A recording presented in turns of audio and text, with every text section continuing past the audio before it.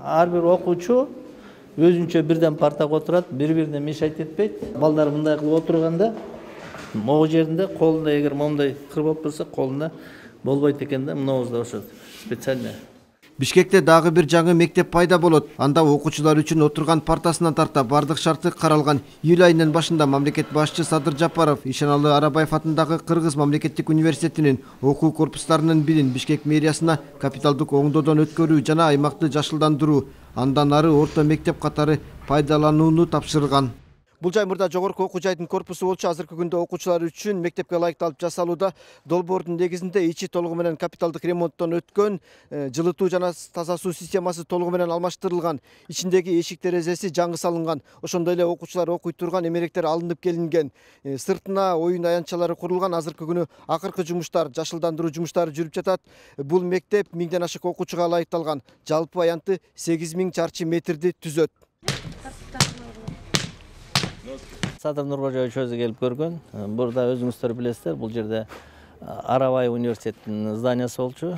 Өзү келип көргөндөн кийин баарын ичин баарын кыдырып көргөндө негизи зданиянын акыбалы өтө чатак болчу. Анан кийин бизге Бишкек шаарынын мэриясына өткөрүү боюнча ушул жерде туруп чечим кабыл алды.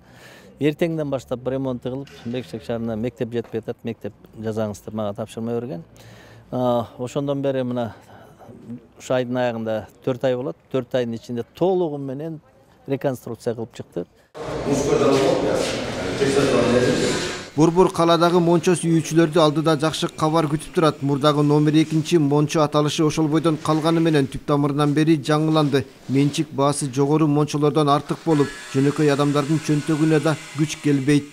Инвалидтер үчүн лифт койдурдук. Ал лифти Россиядан заказ берип, ал специально жасалып турган лифт койдурдук.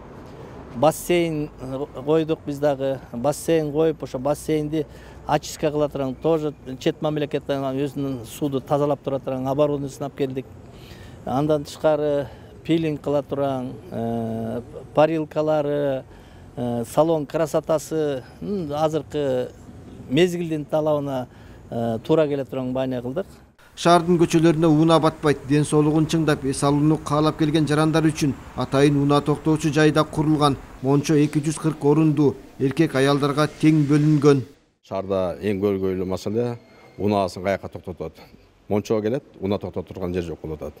Ошон үчүн эң биринчи приоритет кылып ушул унаа токтой турган жерди караштырсак, өзүнүн Мончонун аянты аябай кичинекей болгондуктан ушу астына салганга биз туура чечим кабыл алдык.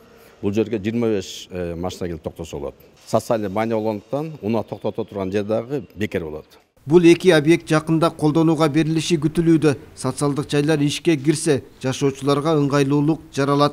Уланбек Тиканбаев, Тимур Сыдыгалиев, Ала Тоо 24.